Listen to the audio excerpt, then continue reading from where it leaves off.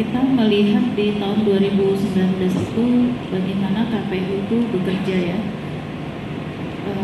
Bahkan kalau melihat video yang viral ya, podcast terakhir itu Ustaz Abdul Somad mengatakan bahwa pemilu itu bukan suara rakyat ya, tapi siapa yang menghitung. Nah di sini kan yang menghitung itu KPU Ustaz. Jadi dan yang lebih miris lagi kita lihat di sosial media, di media massa waktu itu saya melihat ada salah satu caleg yang masuk ke ruangan KPU seperti itu. Yang kita tahu bahwa KPU ini kan harusnya independen dan steril. Nah itu yang ingin saya tanyakan, bagaimana pemerintah dalam hal ini menjaga independensi sebuah lembaga pemilu ini, dalam hal ini KPU. Yang kedua, ini barusan searching di Google itu tahun 2019 itu ada 390 pelanggaran yang didapat oleh Bawaslu ya, tetapi yang dipidanakan gitu ya, itu hampir tidak terdengar Pak gitu. Dan sampai hari ini kita masih menyadari bahwa hukum itu tajam ke bawah, runcing ke bawah gitu ya, tajamnya ke bawah gitu. Tapi kalau ke atas itu betul. Seperti itu. Itu saja yang saya tanyakan. Terima kasih. Bagaimana menjaga independensi KPU? Ya, ini memang tugas dan kewajiban aparat di Indonesia, termasuk kepolisian, ya, termasuk TNI dan lain sebagainya, agar KPU, Bawaslu, penyelenggara pemilu itu terkontrol dengan baik dan mereka independen. Jangan sampai mereka kemasukan. Ya, kalau mereka kemasukan ya bahaya dong. Penyelenggara udah masuk angin, ya, nanti hasilnya tidak bagus.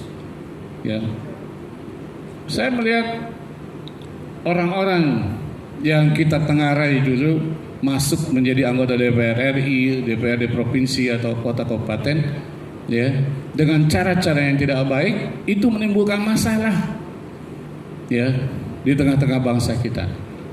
Nah ini pertanggungjawabannya di hadapan Tuhan yang Maha Penguasa, ya. Ini ada pada anggota KPU dan Bawaslu, baik di pusat maupun daerah.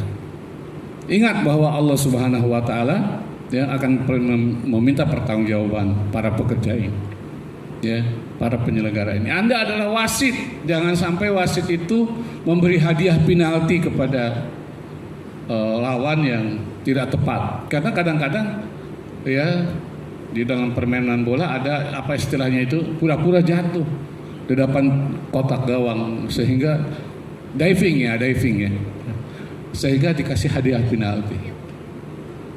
Ya begitu. Apalagi kalau sudah menyangkut masalah perselisihan, apa istilahnya itu kalau di dalam itu, ya.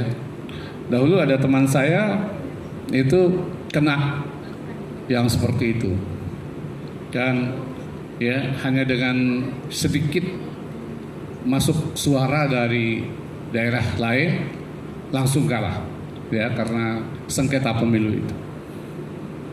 Ya, ini memang menguntungkan bagi pihak-pihak penyelenggara tadi, tapi ini adalah, ya, ancaman neraka, ya, di akhirat nanti. Nah begitu. Jadi memang moralitas, ya, Pancasila, moralitas keagamaan ini sangat menentukan bagi penyelenggara itu sendiri. Tapi tentunya pemerintah harus menyiapkan segala perangkat agar penyelenggara ini betul-betul netral, independen, ya, tidak merusak. Ada 390 persoalan yang, tapi sebetulnya kemarin yang saya dengar malah di dalam RDPO kemarin 5.150, ya, itu persoalan yang terkait dengan administratif pemilu yang tidak selesai. Yang 350 ini ada persoalan sengketa pemilu saya kira, ya. Nah, Bawaslu dalam hal ini tentunya berperan penting untuk melakukan pengawasan yang sebaik-baiknya terhadap pemilu kita agar pemilu kita semakin berkualitas. Saya kira begitu ya Bu Liz. Mudah-mudahan bermanfaat penjelasan saya.